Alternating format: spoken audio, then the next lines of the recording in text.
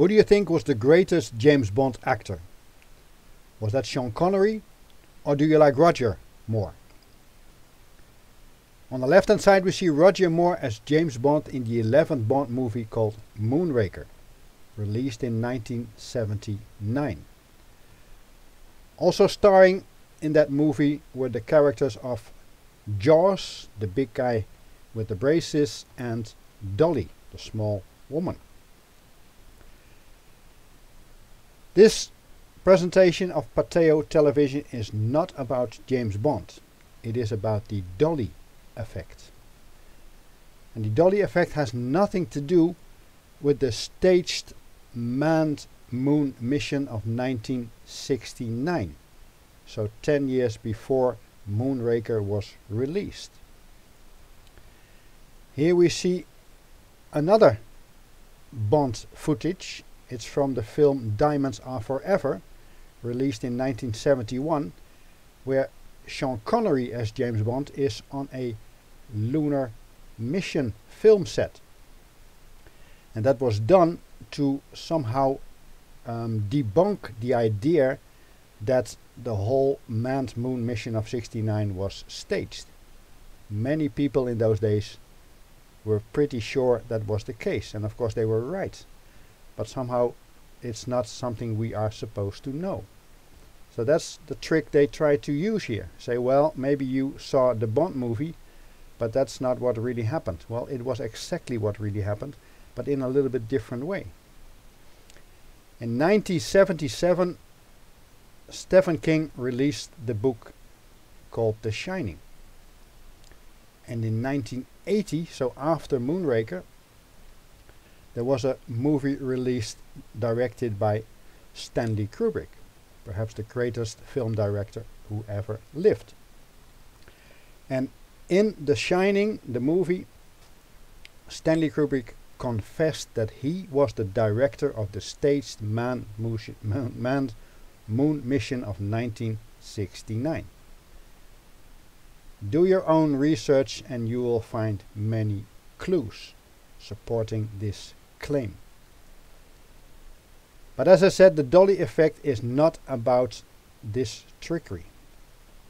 And the Dolly Effect is neither about the difference in height between Jaws and Dolly. The actor of Jaws was played by Richard Kiel. And the French actress who played the character of Dolly, her name is Blanche Ravelac. I have a question for you. What was the one physical characteristic that made Jaws fall in love with Dolly at first sight in this movie? And please keep your eyes up. Yeah, don't look down. It's not about her cleavage. The right answer has to do with something that is lacking in this picture. But how is that possible? I can clearly remember that he looked at her dental braces. But they're not present in this picture. How is that possible? There are pictures on the internet where the braces are still there. Is this trickery? Is this photoshopped? Well, I don't think so. I think this was the original one, but something has been done, and how? I don't know. Also, when you go to the website of the BBC, there you will see a description, about Dolly. Dolly, a small pigtailed blonde with braces. It's clearly there. So this has not been altered, while the film has been altered. Some say this is not correct, because also her first name has not spelled correctly. There's an E lacking. But believe what you want to believe. But do your own research. Most people refer to this effect as the Mandela Effect, but I don't like to use that name because there's also something fishy about the story of Nelson Mandela. But anyway, this website, it's an homage of the James Bond movies called MI6 Headquarters or mi6/hq.com. They did a Twitter poll in 2016 and 47% of the respondents said that that one characteristic that made Josh fall in love with Dolly at first sight, that was her braces. How is that possible? I think only the younger people might have guessed something else, maybe the cleavage or something like that. But the elderly people clearly will remember it were her braces, because that's what he was looking at, straight forward, right into her mouth, not down. So this is very remarkable. Yeah, here they try to downplay everything, but that's not the right way. Something fishy is going on here. But that's not what happened to Nelson Mandela. Here you see pictures of him. He married in 1944, and he was a fighter. He fought strongly for what he believed what was right.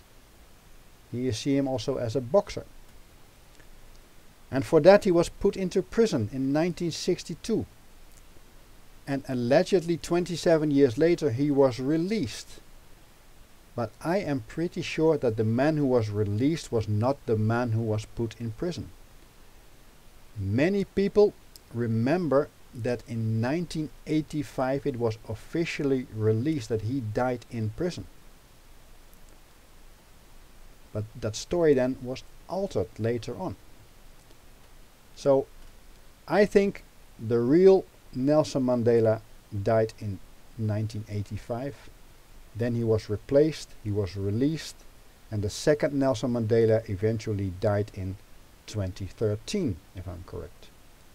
And the second Nelson Mandela was rewarded for this trickery. Yeah, here you see a picture of 1990 when he was released. I don't think these are the same guys. He was rewarded with the Maltese Cross. And to me that's already enough proof showing that something is not right here. But again, do your own research just like I did. And then you might find that something is not right here. And in order to understand all this, we only have to look at the first movie of The Matrix, where Neo sees a black cat twice, a so-called déjà vu phenomenon. But the real question is, of course, what is the true nature of our reality? And I think The Matrix is giving us a very important clue about that. If you really want to know the answer, then I advise you to start studying holy science. I've been working on this for many years, and I find more and more shocking insights in what is really going on. And if you want to learn from that, then please study this.